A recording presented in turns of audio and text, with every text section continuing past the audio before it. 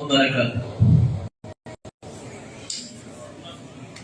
الحمد لله الذي كفى والسلام على عباده الذين اصطفى أما بعد فأعوذ بالله من الشيطان الرجيم بسم الله الرحمن الرحيم واعتصموا بحبل الله جميعا ولا تفرقوا الآيات সমস্ত প্রশংসা জ্ঞাপন করি সেই মহান আল্লাহ পাক রব্বুল আলামিনের সেই দরবারে যিনি এই পরাধীন ভারতকে স্বাধীন করে আমাদের হাতে তুলে দিয়েছেন।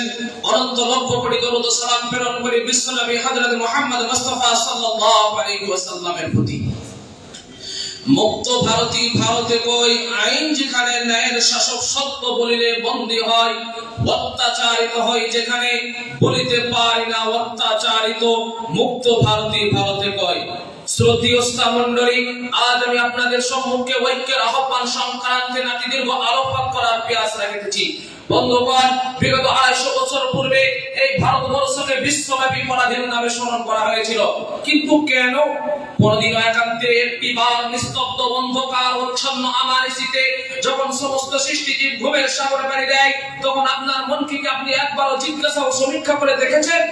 না, বুঝি দেখেননি।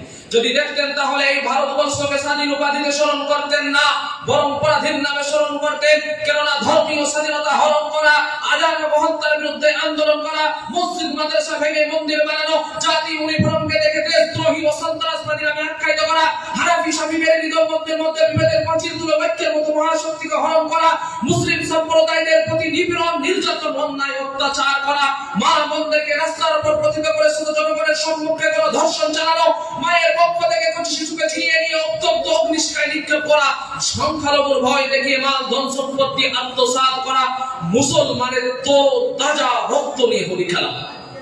তো কখনো স্লোগান দিচ্ছে হিন্দু হে হাম ওয়াতান হে হিন্দুস্তান আমারা আমারা। মুসলমান ভুলে গিয়েছিল গুজরাটের সেই মানবরূপী পাপিষ্ঠ নরাধমদের মর্মান্তিক কাহিনী। না, ভুলেন ইতিহাস, সব নক্ষরে লিপিবদ্ধ করে রেখেছে, মনের গভীরে প্রতিশোধের অগ্নিশিখায় দাও দাও করে জ্বলিতেছে।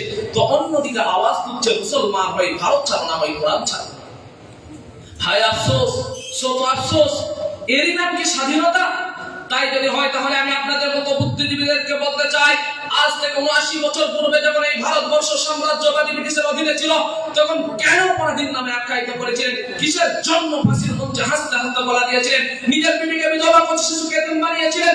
সমস্ত জাতি ধর্ম বর্ণ নির্বিশেষে সকলে এক প্ল্যাটফর্মে হয়ে ঐক্যের মতো মহাশক্তিকে সঙ্গে নিয়ে সাম্রাজ্যবাদী ব্রিটিশকে বিতাড়িত করেছিলেন।